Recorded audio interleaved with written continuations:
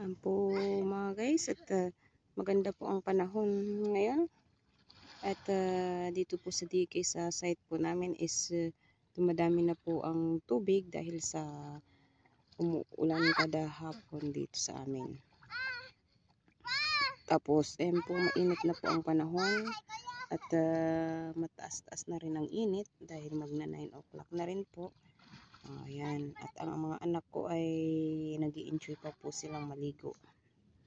At ako'y dito lang nakabantay po sa kanila. Ayan. Maano na ang daloy ng tubig. Mabilis ang daloy ng tubig.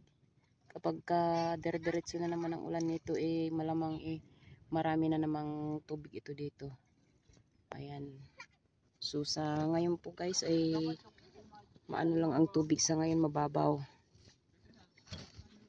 Kapag malalim na ang tubig nito, hindi ko na rin sila papayagan na maligo dyan.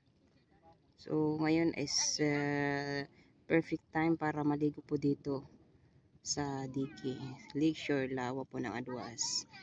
Guys, sa tuwing umaga po ay marami pong naliligo dito sa parte po dito sa amin. Marami po araw-araw yan guys, marami nagpupunta dito. Naliligo po sila dito. So ayan, libre na pong maligo dito sa lugar na ito. Wala ka nang babayaran na cottage. Ayan, kundi ang pagkain. Pagkain na lang ang dadalhin mo dito. At libre na pong maligo dito. Unlimited maligo dito. Talagang mag-i-enjoy ang mga bata. Kahit pa maano naman siya guys, kahit mababaw lang po ang kuwan, ang taas ng tubig, ay talagang mag-i-enjoy po talaga lalo ng mga bata. Ang temperatura po ng tubig is maligamgam po siya. Hindi po siya mainit. Hindi po siya malamig kasi po dahil na rin po sa sikat ng araw na rin. Kaya mainit-init po ang tubig na yan, maligamgam guys. At mabuti po yan sa katawan. Maganda po siyang therapy po sa katawan natin. Lalo na po sa may mga karamdaman. Basta maganda po ang tubig na yan, na dumadaloy po na yan. So, ayan. At, ayun nga po, ang aking mga anak, hinahayaan ko lang po sila na maligo at mag-enjoy sa kanilang gusto. Natapos po silang nag-almusal at nagsitakbuhan na po sila dito. At ang akala ko naman magtitingin-tingin lang silang mikos-mikos dito sa DK. At ayun naman pala ay nagsiligo na. Kaya ako nagmadali na rin pong kumain at para masundan ko po sila dito. At ang aking ibang kalat po doon sa bahay ay isinantabi ko po muna at hindi ko pa napakain ang aking alagang aso at mamaya ko na sila papakainin at kailangan ko muna tutukan at bantayan ng aking mga anak. Ayan, naglalaro po sila. Hindi ko alam kung anong trip ng mga to. Kaya ayan, ako'y nakatingin-tingin lang sa kanila. Kailangan ko po talaga silang bantayan. Hindi po pwedeng hindi po sila babantayan at titingnan kasi hindi po natin alam kung ano pong pwede pong mga posible pong mangyari.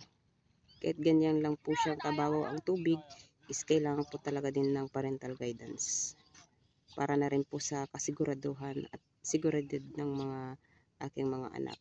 At kahit sino man po guys ang gusto at magbabalak kong maligo sa ganitong lugar, is po kahit man swimming pool o kahit ano pang klaseng pagpapaliguan nila na kailangan din po talaga natin ng gabay, lalo na sa mga bata. Kasi hindi po natin alam kung anong mga pinaggagawa nila. Kasi may mga time na nag-aanan sila ng tubig, ganyan-ganyan, tapon-tapon tubig hanggang nalalagyan ng tainga o kung ano-ano man. Kaya mas maganda na rin po talaga ang mayroon nakabantay at nakaalalay sa kanilang mga ginagawa kilos nila. So, mayroon silang safety guard. Kaya ayan guys, at ako ay security guard naman nila ngayon. Lifeguard ng aking mga anak. Kahit mainit na dito sa pwesto ko at ako'y nakapayong, nararamdaman ko na po talaga ang init. At tinitiis ko lang, alang-alang lang sa aking mga anak. Tinitiis ko ang init, alang-alang sa aking mga anak na itong tatlong naliligo dito. Ahon na kayo anak.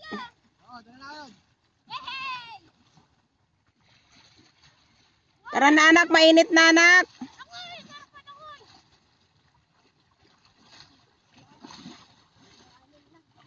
Huwag kang dadaan dyan, anak. May mga kahoy ata dyan sa gilid dito. Doon kayo dumano doon. Dito. Huwag ka dyan dadaan. Dito ka na, oh.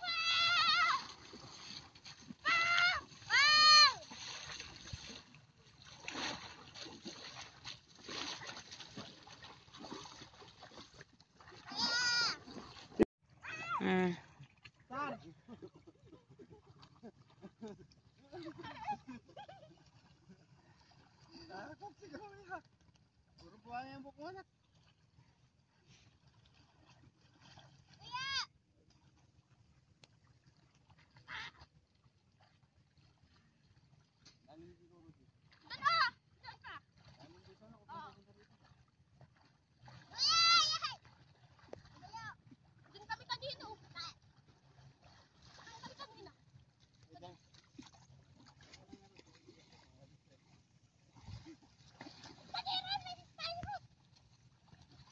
Bubo, dali! Bubo! Bubo!